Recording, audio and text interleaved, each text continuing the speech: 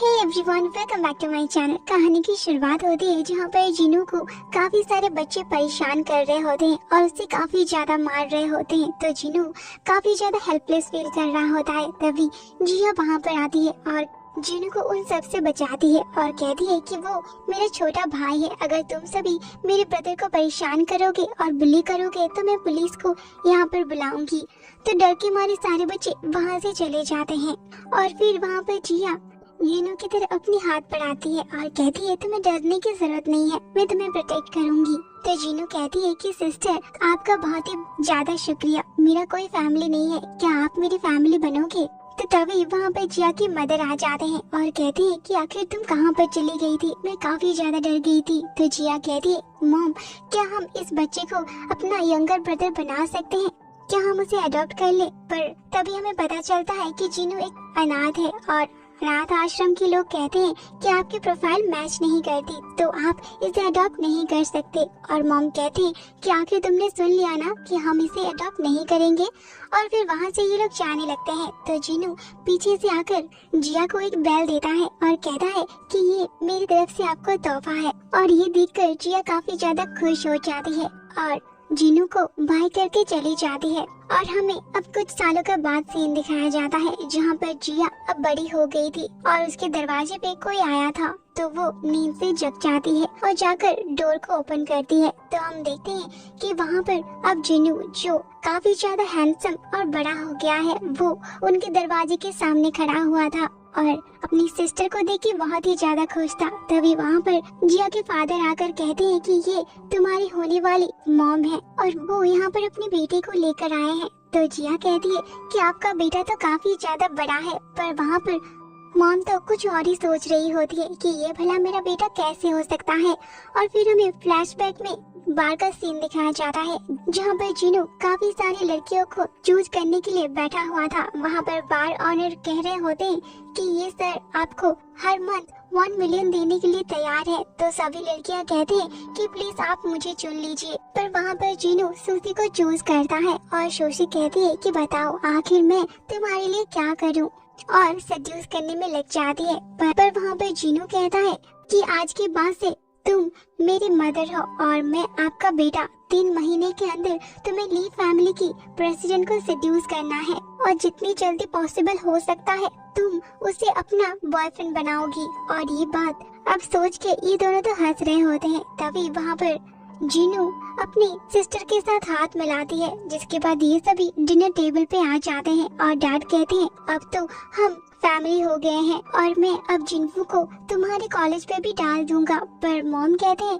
कि ऐसा करना ठीक नहीं है क्योंकि ये दोनों बच्चे एक दूसरे को जानते नहीं हैं, तो ये काफी ज्यादा अनकंफर्टेबल होगा। और वहाँ पर जिन्फू कहता है कि हाँ मैं दूसरे अपार्टमेंट में रह लूंगा क्योंकि मैं अपनी सिस्टर को अनकंफर्टेबल नहीं करना चाहता हूँ। और जानबूझ के चॉपस्टिक को नीचे गिराकर अपनी बहन के कपड़े को पकड़ रहा होता है और सोच रहा होता है कि तुम सिर्फ और सिर्फ मेरी हो। और जब रात में जिया सोई हुई थी तब हम देखते हैं वहाँ पर जिन्फू अपनी असली गेटअप में आता है और जिया पे मैजिक करता है, जिसके बाद वो जिया को उठाता है। तो जिया कहती है कि तुम कौन हो, पर जिन्फू कोई जवाब नहीं देता है और उसके साथ रोमांस करने लगता है। तो वहाँ पर जिया काफी ज्यादा डर जाती है और ये दोनों इंटीमेट हो जाते हैं। दूसरे दिन सुबह जिया काफी ज्यादा डर जाती है और उठकर सोचने लगती है क्या मैंने सेक्स किया था, पर वो सच में ही सेक्स कर चुकी थी, इसीलिए वो काफी घबरा जाती है और फ्रेश होकर बाहर आती है। तो जिनू कहता है कि सिस्टर आप इतनी ज्यादा पेल क्यों लग रहे हो? तो जिया कहती है कि मैं काफी ज्यादा स्ट्रेस में थी, शायद इसलिए मुझे काफी ज्यादा अनकंफर्टेबल लग रहा है क्योंकि मुझे कोल्ड हो गया है। तो जिनू कहता है कि मैंने आपके लिए सूप बनाया है, आप आकर टेस्ट कर लो। तो तभी वहाँ पर जिया कहती है तुम तो सच में काफी अच्छे से खाना बनाते हो, ये काफी ज्यादा यमी है। तभी वो जिनू को थोड़ी करीब से देखती है और बार बार उसी ड्रीम इंसान को वो देख पा रही होती है। तो वो काफी ज्यादा घबरा जाती है और थोड़ा सा सूप जिनू के बॉडी पे गिर जाता है। तो जिया कहती है कि मैं ये जानबूझ के नहीं कर रही थी और टिश्यू से उसके कपड़े को साफ करने लगती है। तो जिनू वहाँ पर अपनी बहन के हाथ को पकड़ लेता है और जिया वहाँ पर उसी बटरफ्लाई को देख रही होती है जो बटरफ्लाई उसे ड्रीम पे दिखा था और वो सोच रही होती है क्या यही वो लड़का है और फिर वो खुद को समझाती है कि ऐसा बिल्कुल भी नहीं हो सकता है, मैं कुछ ज्यादा ही सोच रहा हूँ।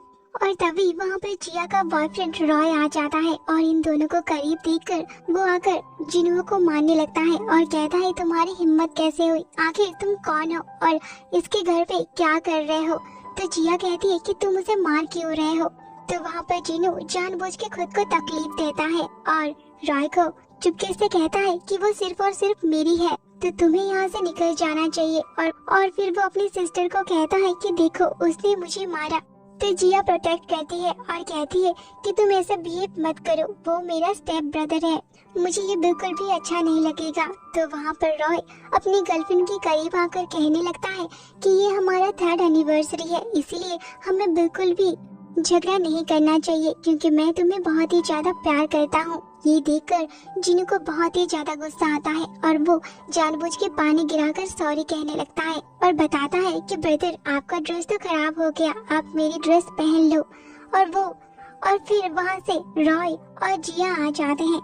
रॉय कहता है कि हम दोनों एक साथ कमरे के अंदर चलते हैं। तो जिया शाय हो जाती है और अपनी बॉयफ्रेंड को रूम के अंदर धक्का मार देती है। दूसरी तरफ हम जिन्हू को देखते हैं जो अपनी कमरे में आकर एक फ्लूट को बजाने लगता है, जिसकी वजह से वहाँ पर एक काफी बड़ा सा मिस्टीरियस स्नेक आ जाता है और वो उस स्नेक को कमांड देता है कि तुम जाकर रॉय को परेशान करो। और फिर हम दूसरी तरफ देखते हैं जिया अपनी ब्रदर से माफी मांगने के लिए उसके रूम में आती है और जब वो उसके रूम में आते हैं तभी जिनू पूछता है कि सिस्टर आप यहाँ पर क्या कर रहे हो। जिया बताती है कि दरअसल मैं तुम्हें रॉय के बारे में कुछ कहना चाहती थी, प्लीज तुम उसे माफ कर देना। तो जिनू अपनी बहन को वॉल में पिन कर देता है और कहता है कि क्या आपने उसे एक एक्स्ट्रा की दिया है। तो जिया बताती है मैं हमेशा अकेला रहती हूँ, इसीलिए मुझे डर है कि कहीं घर पे कोई प्रॉब्लम ना हो जाए। तो जिनू कहता है कि आप की वापस ले आओ, अब मैं घर में रहता हूँ तो मैं आपको प्रोटेक्ट करूँगा और वैसे भी वो एक रिच मैन है, आपको इतना भरोसा नहीं करना चाहिए उस पर तभी वहाँ पर जिया बार बार ये सोच रही होती है कि जिनू मुझे इतना ज्यादा फैमिलियर क्यों लग रहा है। दूसरी तरफ रॉय जब अपना ड्रेस को चेंज कर रहा होता है तभी वहाँ पर वो मिस्टीरियस स्नेक आ जाता है, जिसको देखकर रॉय जोरों जोरों से चीखने लगता है और जिया को बुलाता है। तो वहाँ पर जिया और जिन्हू आवाज सुन के दरवाजे के पास आते हैं और पूछते हैं कि क्या हुआ। तो रॉय कहता है कि यहाँ पर बहुत ही बड़ा सा एक स्नेक आ गया है और ये दरवाजा खुल नहीं रहा है। तो जिया कहती है मैं अभी जाकर किसी को ढूंढ के लाती हूँ, पर जिनू उस दरवाजा को तोड़ देता है और जिया रॉय को पूछती है क्या तुम ठीक हो, और वो अंदर जाकर देखने लगती है पर वहाँ पर कोई भी स्नेक नहीं था। तभी वहाँ पर जिनू आता है और कहता है कि लगता है कि ब्रदर ये डुप्लीकेट स्नेक देख कर डर गए हैं। और तभी जिया कहती है तुम अभी के लिए यहाँ से जाओ। तो रॉय कहता है कि हम अपनी एनिवर्सरी के दिन मिलेंगे और मैं तुम्हें पिक करने के लिए यहाँ पर आऊँगा। जिसके बाद हम देखते हैं रात में जियोन फिर से जिया के कमरे में आता है जब जिया सोई थी और वो उसके करीब होने लगता है। तो जिया की नींद टूट जाती है और वो पूछती है कि आखिर तुम कौन हो और तुम मेरे करीब मत आओ क्योंकि मेरी एक बॉयफ्रेंड है। तो जियोन कहता है कि अच्छा तुम्हारे लिए यही होगा कि तुम उसके साथ ब्रेकअप कर लो। और तभी वहाँ पर एक स्नेक आकर जिया के हाथ में काट लेती है तो वो डर के मारे उठ जाती है और वो अपने हाथों में उस स्नेक की एक टैटू को देखती है तो वो काफी ज्यादा घबरा जाती है। तभी जियोन आकर कहता है कि आखिर आपको क्या हुआ है, आप इतना ज्यादा पैनिक क्यों कर रहे हो। तो जिया बोले कि कुछ नहीं, मैं पूरी तरह से ठीक हूँ। और फिर वहाँ से वो जाने ही वाली होती है कि जियोन उसे पकड़ लेता है। जिया जियोन की ड्रेस की स्मेल को लेने लगती है तो जियोन पूछता है कि सिस्टर आप क्या कर रहे हो। तो वो दूर हो जाती है और जिनू को कुछ ना कहते हुए वहाँ से चली जाती है क्योंकि वो जिनू को काफी ज्यादा मिस्टीरियस नजर से देख रही थी और उसकी बॉडी की स्मेल उस ड्रीम बॉय के जैसा भी था। इसीलिए हम दूसरे दिन सुबह देखते हैं जहाँ पर जिया अपनी क्लासमेट के साथ होती है तो वहाँ पर उसकी दोस्त पूछती है कि तुम इतना ज्यादा खोई खोई से क्यों लग रही हो, आखिर तुम्हें क्या हुआ है। तो जिया कहती है मुझे लगता है मैं अपनी ड्रीम में किसी के साथ और ये सब कुछ काफी ज्यादा रियल लग रहा है और ड्रीम में मैं जो टैटू को देखी थी वो मेरे हाथों में है और कुछ दिनों से मैं काफी ज्यादा वीक फील कर रही हूँ। तो उसकी दोस्त कहती है कि तुम काफी ज्यादा टेंशन ले रहे हो। जिसके बाद हम देखते हैं जिया शॉपिंग कर रही होती है और ड्रेस को चूज कर रही होती है पर तभी पीछे से जिनू आ जाता है और कहता है कि आपको व्हाइट वाला ड्रेस पिक करना चाहिए, वो आप पे बहुत ही ज्यादा अच्छा लगेगा। और फिर वहाँ पर वो अपनी बहन को उस ड्रेस को ट्राई करने के लिए कहता है, जिसके बाद वहाँ पर जिया काफी ज्यादा खुश होकर उसे ट्राई करने के लिए चली जाती है और वो ड्रेस सच में बहुत ही ज्यादा प्यारा था। तो जिन्नू अपनी आंखें हटा नहीं पा रहा था और वो कहता है कि सच में अब काफी ज्यादा प्यारी लग रही है। तो जिया तो काफी ज्यादा खुश हो जाती है। तभी वहाँ पर रॉय की कार बाहर आ जाती है और जिया अपने ब्रदर को ठीक से खाना खाने के लिए कह के चली जाती है। तो जिन्नू वहाँ पर काफी ज्यादा गुस्से में आ जाता है, जिसके बाद हम देखते हैं होटल में जिया और रॉय एक साथ डिनर कर रहे होते हैं और अपनी एनिवर्सरी को सेलिब्रेट कर रहे होते हैं। तो रॉय कहता है कि बताओ, आखिरकार हम दोनों एक दूसरे को काफी सालों से जानते हैं, इसलिए हमें आज अपनी एनिवर्सरी में नाइट स्पेंड करना चाहिए। तो जिया वहाँ पर काफी ज्यादा शाय हो जाती है कि सच में अब ये दोनों एक होने वाले हैं। और हम दूसरी तरफ देखते हैं ये दोनों कमरे के अंदर आ जाते हैं और जिया कहती है तुम जाकर फ्रेश हो आओ। तो तभी जिया की आंख लग जाती है। इसी दौरान वहाँ पर जिन्नू फिर से वहाँ पर आ जाता है और अपनी पावर का इस्तेमाल करके जिया को किस कर रहा होता है।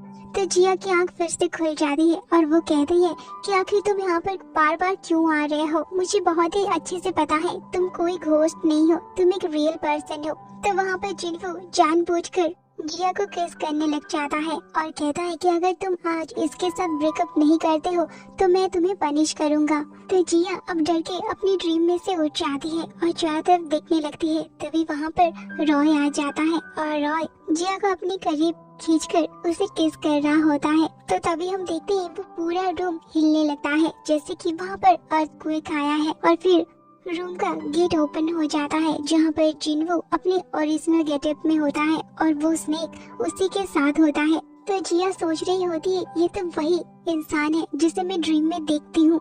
तो रॉय कहता है कि उस दिन ये स्नेक मेरे कमरे में आया था और तभी वहाँ पर वो स्नेक रॉय के पास आने लगता है और रॉय वहीं पर बेहोश हो जाता है। तो जिया उसे प्रोटेक्ट करने की कोशिश करती है पर जिया भी वहाँ पर बेहोश हो जाती है। तो जिन्नू अपनी स्नेक को कहता है कि तुम उसे और मत डराओ और जिसके बाद वो स्नेक वहाँ से चला जाता है और जिन्नू जिया को हॉस्पिटल में लाकर एडमिट कर देता है। पर जब जिया की होश आता है तभी वो देखती है कि वहाँ पर उसकी दोस्त बैठी हुई थी और वो कहती है कि पिछले 3 दिनों से तुम बेहोश थी। तो जिया वहाँ पर रॉय के बारे में भी पूछती है तो उसकी दोस्त कहती है कि वो पूरी तरह से ठीक है, पर उसकी दोस्त काफी ज्यादा अपसेट होती है। तो जिया पूछती है कि आखिर बात क्या है। तो मिली कहती है कि तुम रॉय के साथ कभी भी नाइट स्पेंड नहीं किए हो, तो आखिर तुम प्रेग्नेंट कैसे हो सकती हो। तो जिया तो शॉक हो जाती है। तभी वहाँ पर रॉय आ जाता है और उसकी मॉम भी वहीं पर होती है। वो आकर जिया को डांटने लगती है कि तुम मेरे बेटे की जिंदगी से निकल क्यों नहीं जाते, तुम जब से मेरे बेटे की जिंदगी में आए हो तब से रॉय को बहुत सारी प्रॉब्लम का सामना करना पड़ रहा है। मैं तुम जैसे लड़कियों को बहुत जानती हूँ। और फिर वहाँ पर वो जिया को मारने की कोशिश करते हैं। मॉम के हाथ को पकड़ लेती है तो मॉम गुस्से में आ जाते हैं और कहते हैं कि तुम्हारी हिम्मत कैसे हुई मेरे हाथ को पकड़ने के लिए। तभी रॉय उस रिपोर्ट को देख लेता है और वो काफी ज्यादा शॉक होता है। दूसरी तरफ हम जिन्नू को देखते हैं जो अपने कुछ लोगों के साथ अंडरग्राउंड में किसी लोगों को मार रहा होता है, जिसके बाद रॉय बार बार पूछ रहा होता है कि आखिर ऐसे कैसे हो सकता है, मैं तो तुम्हें आज तक कभी टच भी नहीं किया हूँ। तो वहाँ पर जिया कहती है कि मुझे भी इसके बारे में कुछ भी नहीं पता। तो रॉय बोला कि ठीक है मैं तुम्हें माफ कर दूंगा, पर तुम्हें इस बेबी को अवॉइड करना पड़ेगा और मुझे बताना पड़ेगा कि आखिर ये किसकी बेबी है। तो तभी मॉम गुस्से में आ जाती है और कहती है कि मैं तुम्हें नहीं छोड़ूंगी और जबरदस्ती वहाँ पर वो जिया को मारने की कोशिश कर रही होती है और कहती है कि तुम मेरे बेटे की जिंदगी को बर्बाद करना चाहते हो। और जब वो जिया को मारने ही वाले होते हैं तभी वहाँ पर जिन्नू आ जाता है और अपनी सिस्टर को बचाता है और पूछता है क्या आप ठीक हो। तो तभी मॉम कहते हैं कि आखिर तुम कौन हो, और फिर वो जिन्नू को भी मारने की कोशिश करते हैं। तो जिन्नू उनकी हाथ पकड़ लेता है और कहता है कि आपकी हिम्मत कैसे हुई मुझे टच करने की, और फिर वो उसे धक्का मार देता है। तो मॉम कहते हैं कि मुझे लगता है कि तुम इस बच्चे की बाप हो। तो जिन्नू तो शॉक हो जाता है कि मेरी सिस्टर प्रेग्नेंट है। और तभी मॉम अपने गुंडों को कहते हैं कि जाकर जिन्नू को मारने के लिए, पर जिन्नू को जिया प्रोटेक्ट करती है और कहती है ये जरूर एक मिसअंडरस्टैंडिंग होगी, मैं प्रेग्नेंट नहीं हो सकती हूँ। तो रॉय कहता है कि हम फिर से टेस्ट करेंगे और जब फिर से वो लोग टेस्ट करते हैं अब रिपोर्ट में पता चलता है कि जिया प्रेग्नेंट नहीं है, ये बस एक मिसअंडरस्टैंडिंग है।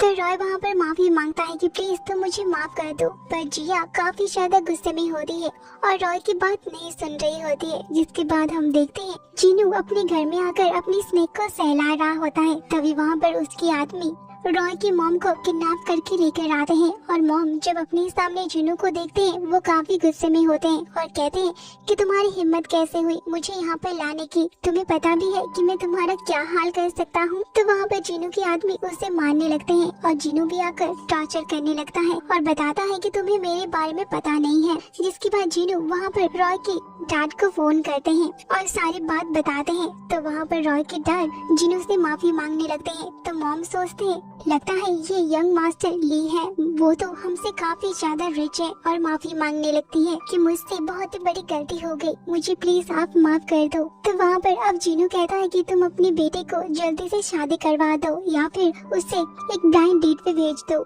जल्दी से बोलो कि वो मेरी बहन के साथ ब्रेकअप कर ले। जिसके बाद मॉम वहाँ से चले जाते हैं और जीनू के सेक्रेटरी कहते हैं कि आप रॉय को मार क्यों नहीं देते हो। तो जीनू कहता है कि मैं ऐसा नहीं करूँगा, मैं चाहता हूँ सबके सामने रॉय की असलियत बाहर आ जाए। दूसरी तरफ रॉय की मॉम घर में होते हैं। तभी वहाँ पर रॉय आता है तो वो कहते हैं कि आखिर तुम कहाँ पर जा रहे हो, कि तुम फिर से जिया से मिलने के लिए जा रहे हो, वो काफी ज्यादा अनलकी है, तुम्हें उसके साथ ब्रेकअप कर लेना चाहिए। तो रॉय कहता है कि मैं ऐसा नहीं करूँगा। जिस पर मॉम बताते हैं कि मैं आज तुम्हारे लिए एक ब्लाइंड डेट फिक्स करवाया हूँ जो काफी ज्यादा रिच फैमिली की लड़की है, तुम्हें वहाँ पर जाना ही पड़ेगा। तो वहाँ पर रॉय को मजबूरन हाँ कहना पड़ता है। जिसके बाद रॉय जिया से मिलने के लिए आता है और जिया से माफी मांगता है कि प्लीज तुम मुझे और मेरी मॉम को माफ कर दो, कल रात मॉम स्टेयर से गिर गई थी जिसके बाद से उनकी हाथ टूट गई, वो सच में काफी ज्यादा शर्मिंदा है। तो जिया बोलती है कि मुझे थोड़ा सा टाइम चाहिए। तो रॉय खुशी के मारे हक करने लगता है। तभी दूर से जीनू ये सब कुछ देख रहा होता है और मॉम को फोन कर कहता है कि आखिर तुमने अपना काम क्यों नहीं किया। तो मॉम डर जाते हैं और रॉय को फोन करके कहते हैं कि तुम क्या कर रहे हो, जल्दी से तुम ब्लाइंड डेट पे जाओ। तो रॉय वहाँ पर जिया को कहता है कि मुझे एक इमरजेंसी है और फिर वहाँ से वो चला जाता है। जिसके बाद हम जिया को और मिली को एक साथ देखते हैं। वो कहती है तुम्हें इतनी आसानी के साथ रॉय को माफ नहीं करना चाहिए। तो जिया बोली वो बहुत ही ज्यादा शर्मिंदा था और फिर वो ये बताती है कि मैं काफी ज्यादा रिसर्च कर रही थी मेरी ड्रीम के बारे में और मुझे मेरे ग्रैंडपा की एक डायरी मिला जहाँ पर मुझे पता चला कि मियाओ ट्राइब के कुछ लोग हैं जो ड्रीम में एंटर कर सकते हैं और वो जिसके प्रति ऑब्सेस्ड होते हैं वो उसे मार्क भी करते हैं, जिसकी वजह से उनके हाथों में एक टैटू बन जाता है। तो जिया काफी ज्यादा घबराई हुई थी। तो मिली बताती है कि तुम इतना ज्यादा पैनिक मत करो, हम कोई रास्ता जरूर ढूंढेंगे। तो तभी वहाँ पर मिली की नजर जीनू के ऊपर पड़ता है। तो वो कहती है कि मुझे एक काम है और फिर वो जीनू के पीछे पीछे जाने लगती है और फिर हम जीनू को देखते हैं जो एक नेकलेस खरीद रहा होता है जो काफी ज्यादा एक्सपेंसिव था। तभी वहाँ पर मिली पहुँच जाती है और कहने लगती है कि तुम तो काफी छोटे से एक बच्चे हो, तुम तो अब तक ग्रेजुएट भी नहीं हुए हो, तो तुम्हारे पास इतना ज्यादा पैसा कहाँ से आ रहा है कि तुम इतनी सारी रिच सामान को अफोर्ड कर सकते हो। तो क्या मैं तुम्हें जीनू समझूं या फिर यंग मास्टर मियाओ। तो जीनू स्माइल करने लगता है और कहता है कि तुम्हें मेरे बारे में पता चल गया तो अब तुम क्या करोगे। तो मिली कहती है कि तुम ये ट्रिक मेरी फ्रेंड के साथ नहीं कर सकते हो, मैं सब कुछ बता दूंगी। जिस पर जीनू कहता है कि मैं सारी यादें मिटा सकता हूँ और मैं तुम्हारे साथ भी बहुत कुछ कर सकता हूँ, मैं तुम्हें मुर्दा बना सकता हूँ। और फिर वो अपनी पावर का इस्तेमाल करने लग जाता है जिसकी वजह से मिली डर जाती है और कहती है कि तुम जो कहोगे वो मैं करने के लिए तैयार हूँ। तो जीनू एक बार का टिकट देता है तो वो जिया को लेकर बार में चली आती है और जिया पूछती है कि आखिर हम दोनों यहाँ पर क्या कर रहे हैं। जिस पर मिली कहती है कि मुझे ड्रिंक करने का मन हो रहा था तो मैं यहाँ पर चली आई, ये जगह बहुत ही ज्यादा सेफ है। और हम उसी बार में रॉय को देखते हैं जो उस लड़की का इंतजार कर रहा होता है। तभी वहाँ पर रूबी आ जाती है और फिर वो जानबूझ के रॉय के साथ टकरा जाती है तो रॉय उसे पकड़ लेता है और ये दोनों को वहाँ पर जिया देख लेती है और तभी वहाँ पर रूबी खुद को इंट्रोड्यूस करती है और रॉय से माफी भी मांगती है और बताती है कि आज तुम मेरी ब्लाइंड डेट हो तो हम एक साथ मिलकर ड्रिंक करते हैं। और वो रॉय के साथ फ्लर्ट करने लगती है कि देखते हैं कि हमारी चॉइस कैसी है और हम दोनों अपनी पूरी जिंदगी एक साथ बिता सकते हैं या फिर नहीं। जिसके बाद ये दोनों ड्रिंक करने के लिए बैठ जाते हैं। मिली कहती है कि ये तो तुम्हारा बॉयफ्रेंड है ना जो तुमसे काफी ज्यादा प्यार करता है। तो जिया अपने बॉयफ्रेंड को फोन करती है और पूछती है कि तुम कहाँ पर हो, पर वो झूठ कहता है। तो मिली कहती है कि तुम बार में क्या कर रहे हो और वहाँ से जाने लगती है। तो रॉय कहता है कि मैं तुम्हारे साथ चीट नहीं कर रहा हूँ, मैं यहाँ पर काम के सिलसिले से ही आया था। तो जिया कहती है कि आखिर इस टाइप के प्लेस में भला काम कौन कर सकता है। तभी रूबी वहाँ पर आती है और कहती है लगता है कि तुम रॉय की गर्लफ्रेंड हो, प्लीज तुम हम दोनों को गलत मत समझना, हम यहाँ पर काम करने के लिए ही आए थे। और फिर वो एक फाइल देके वहाँ से चली जाती है और रॉय कहता है कि प्लीज तुम मुझ पे गुस्सा मत करो। जिसके बाद वो जिया को अपनी कार पे ड्रॉप करने के लिए लेकर जाता है और उसे रास्ते पे किस करता है, जिसकी वजह से अब जिया वहाँ पर मान जाती है और स्माइल करने लगती है। तभी रूबी फोन करती है और रॉय उसे शुक्रिया कहता है कि तुमने मुझे बचा लिया। तो रूबी बताती है कि आखिर तुम मुझे फेवर कैसे रिटर्न करोगे, मैं वहाँ पर एक पता लिख कर दी हूँ, अगर तुम मुझे फेवर रिटर्न करना चाहते हो तो चुपचाप यहाँ पर आ जाना। और फिर हम जिनू को देखते हैं जो काफी ज्यादा परेशान होता है। तभी उसकी बहन आकर कहती है कि मुझे पता है तुम मेरे लिए काफी ज्यादा परेशान हो, पर तुम वरीड मत हो, रॉय एक बुरा इंसान नहीं है, वो और मैं बस एक गलतफहमी में पड़ गए थे, तो तुम अब और ज्यादा टेंशन मत लो, सब कुछ ठीक है। और फिर वहाँ से वो चली जाती है। तो जिनू काफी ज्यादा गुस्सा हो रहा होता है। दूसरी तरफ रॉय होटल में आ जाता है और सोच रहा होता है कि मैं अंदर जाऊँ या फिर नहीं, और वो वहाँ से जाने ही वाला होता है। तभी रूबी बाहर आती है और रॉय को सेड्यूस करने लगती है कि हम दोनों ही अडल्ट हैं, तो हमें एक दूसरे को नहीं रोकना चाहिए। तो रॉय रूबी को अंदर लेकर चला जाता है और कहता है कि मेरी एक गर्लफ्रेंड है। जिसके बाद वो दोनों नाइट स्पेंड करते हैं। दूसरी तरफ जिया को फिर से ड्रीम आता है और जिया कहती है कि मुझे पता है तुमने मुझे मार किया है, तो फिर तुम बार बार मेरे सपने में क्यों आ रहे हो। तो जिनू बोला कि मैंने तुम्हें वार्न किया था, रॉय एक अच्छा इंसान नहीं है, जल्दी तुम्हें उसका असली रूप पता चल जाएगा। तो जिया की नींद खुल जाती है और फिर वो रॉय को फोन करती है, पर रॉय जिया की कॉल को उठाता नहीं। तो जिया घबरा जाती है और बाहर आती है जहाँ पर जिनू पहले से ही था और कहता है कि आप इतना ज्यादा परेशान क्यों हो और आप कहाँ पर जा रहे हो, मैं भी आपके साथ जाऊंगा। जिसके बाद ये दोनों होटल में आ जाते हैं, पर जिया की हिम्मत नहीं हो रही थी कि वो रूम के अंदर जाए। तो जीहुन कहता है कि सिस्टर कुछ भी हो आपको डरने की जरूरत नहीं है, मैं आपके साथ हूँ। तो वो दरवाजा लॉक करने लग जाती है। तो तभी वहाँ पर रॉय और रूबी निकलते हैं। ये देखकर अब वहाँ पर जिया तो पूरी तरह से शॉक हो जाती है और रॉय कहता है कि मैं तुम्हें सारा चीज एक्सप्लेन कर सकता हूँ, पर जिया कुछ भी नहीं सुनती और ब्रेकअप करके वहाँ से चली जाती है। तो रॉय भी पीछे जाने वाला था तो जिनू उसे रोकता है, जिस पर रॉय कहता है कि तुम हमारे दोनों के बीच मत आओ वरना तुम्हारे लिए अच्छा नहीं होगा। तो जीवन कहता है कि उसकी कोई भी नहीं है, तो तुम मुझे ज्यादा भाव मत दिखाओ। तो रॉय गुस्से में आकर उसकी कॉलर को पकड़ लेता है और कहता है कि मुझे पता है ये सब कुछ तुमने किया है। और जिया ये सब कुछ देख लेती है और अपने भाई को बचाती है और पूछती है क्या तुम ठीक हो। तो वहाँ पर जिनू एक्टिंग करने लगता है और तभी वहाँ पर जिया कहती है कि तुम बहुत ही ज्यादा गंदी इंसान हो, मुझे पहले से तुम्हारे इरादा को समझ लेना चाहिए था। तो रॉय कहता है कि प्लीज तुम मेरी बात सुनो, मैं ये सब मजबूरन कर रहा हूँ क्योंकि हमारी कंपनी को उठाने के लिए ये करना जरूरी है, इसीलिए मॉम ने मुझे ब्लाइंड डेट पे भेजा है। मैं इससे शादी कर लूंगा, जिसके बाद हम डिवोर्स कर लेंगे और मैं तुमसे शादी कर लूंगा क्योंकि मैं तुम्हें बहुत ही ज्यादा चाहता हूँ।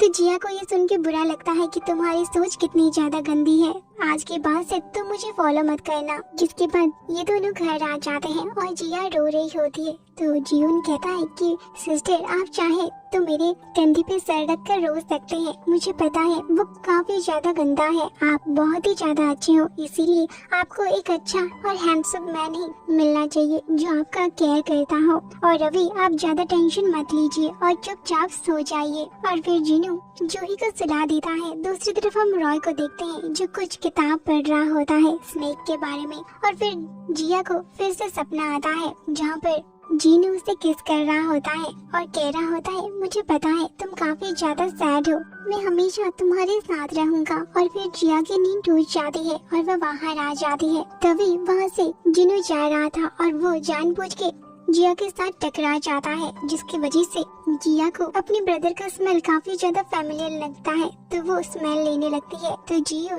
अपनी बहन को वॉल में पिन कर देता है और अपने कपड़े उतार कर कहता है कि अगर आपको स्मेल लेनी है तो आप अच्छे से ले सकते हो। और फिर वो अपनी बहन को टीच करने लग जाता है। तो जिया कह रही होती है कि तुम्हें ऐसा बर्ताव नहीं करना चाहिए, मुझे बस तुम्हारा स्मेल थोड़ा सा फेमिलियर लगा और वैसे भी मैं तुम्हारी बहन हूँ।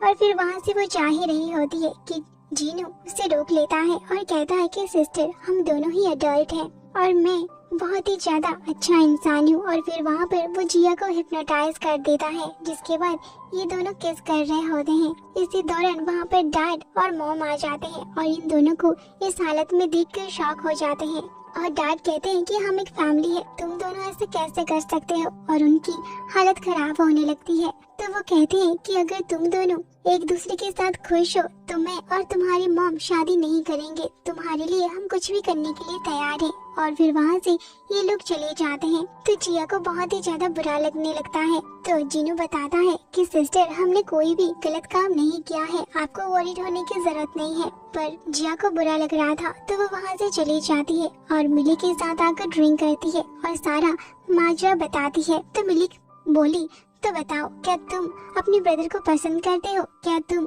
उसे सच में प्यार करने लगी हो? पर तभी जिया बहुत ही ज्यादा ड्रिंक कर चुकी थी तो उसकी हालत खराब होने लगती है। तो मिली वेटर को बुलाने के लिए जाती है। इसी दौरान वहाँ पर रॉय आ जाता है और जिया को किडनैप करके ले जाता है। तो मिली परेशान हो जाती है क्योंकि उसकी दोस्त वहाँ पर नहीं थी और फिर वो जिनू को फोन कर देती है। दूसरी तरफ जब जिया रॉय को अपने सामने देखती है, वो कहती है, तुम्हारी हिम्मत कैसे हुई मुझे यहाँ पर लाने की? अगर मेरे ब्रदर को ये पता चला तो वो तुम्हारी जिंदगी खराब कर देगा।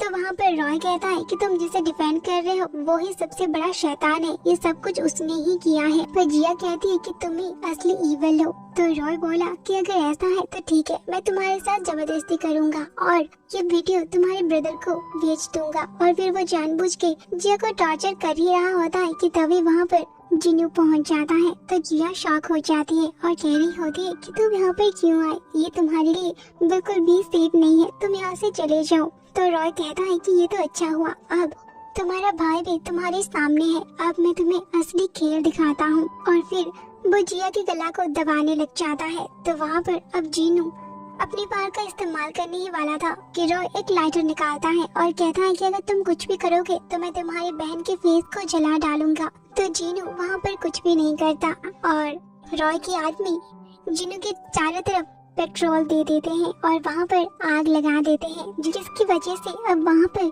जीनू आग में फंस जाता है। तो जिया तो काफी ज्यादा डर जाती है और रॉय जीनू के ऊपर काफी सारा अल्कोहल फेंकता है, पर वो देखता है कि वहाँ पर तो कुछ भी नहीं हो रहा है क्योंकि उसे पता था कि स्नेक को अल्कोहल से एलर्जी है। तो वहाँ पर अब जीनू हंसने लगता है और कहता है कि तुम्हारी हिम्मत कैसे हुई मुझे टच करने की, तुम मुझे इन चीप हरकतों से डरा नहीं सकते हो, और तुम्हारी हिम्मत कैसे हुई मेरे लोगों को हार्म करने की। और फिर वहाँ पर वो अपनी बांसुरी बजाने लगता है, जिसकी वजह से अब चारों तरफ से काफी सारा स्नेक आ जाता है और वो पाइथन आकर सबको मार गिराता है। और ये देखकर अब जिया तो बुरी तरह से शॉक हो जाती है। जीनू आकर कहता है, बहन मैं आपको सब कुछ क्लियरली बता सकता हूँ। तभी वहाँ पे जिया कहती है, यानी वो लड़का तुम हो जो हमेशा मेरे सपने में आया करता था।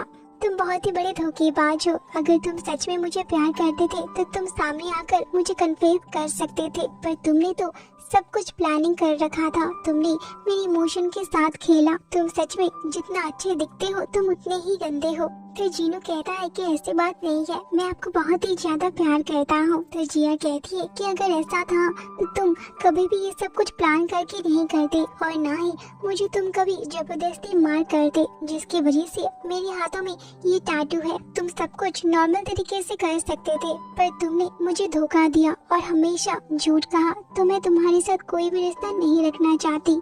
और फिर वहाँ से वो बाहर आ जाती है और रास्ते में रो रही होती है कि आखिर जिन्नू उसे इतना ज्यादा झूठ कैसे कह सकता है। तभी वहाँ पर एक लड़की आती है जो मियो क्लैन से बिलोंग करती है। वो कहती है कि मेरी नाम मिमी है और मैं जिन्नू की फियांसे हूँ, बहुत जल्दी हमारी शादी होने वाला है। यंग मास्टर जब 7 साल के थे तब वो हमारे क्लैन से खो गए थे, अब वो वापस आ गए हैं और अब हमारी शादी होने वाली है। और फिर वो जिया को इनवाइट करती है। दूसरी तरफ हम जीनू को देखते हैं जो अपने असली गेटअप में होता है। सेक्रेटरी कहता है कि आज बहुत ही बड़ा खास दिन है, आज आपकी ग्रैंडपा की बर्थडे है और आज वो आपकी शादी भी करवाने वाले हैं। तो वहाँ पर जीनू कहता है कि मैं उस लड़की को जानता नहीं हूँ तो मैं शादी नहीं करूँगा, मैं जो काम तुम्हें दिया था क्या वो तुम कर चुके। तो सेक्रेटरी एक वेडिंग कार्ड देता है जहाँ पर उसकी और जिया की नाम लिखा हुआ था। तो वो कहता है कि मैं ग्रैंडपा को आज इसके बारे में बताऊंगा कि मैं जिया से शादी करना चाहता हूँ,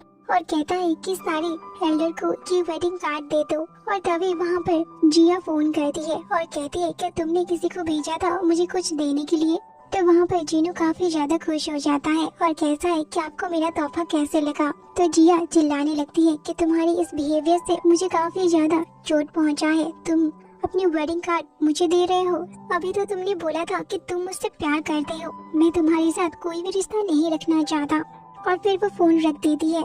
तो जीनू को बहुत ही ज्यादा बुरा लगता है। तभी वहाँ पर मिमी बताती है कि बचपन में हमारा शादी फिक्स हो गया था पर उन्हें उसके बारे में कुछ भी पता नहीं था, पर अब सब कुछ ठीक हो जाएगा। तभी वहाँ से जिया जाने ही वाली होती है। तभी स्काई में बहुत ही जोरों से लाइट फ्लैश होने लगती है और जिया को काफी ज्यादा दर्द होने लगता है। ये देखकर अब वहाँ पर मिमी काफी ज्यादा शॉक हो जाती है कि ऐसा बिल्कुल नहीं हो सकता है।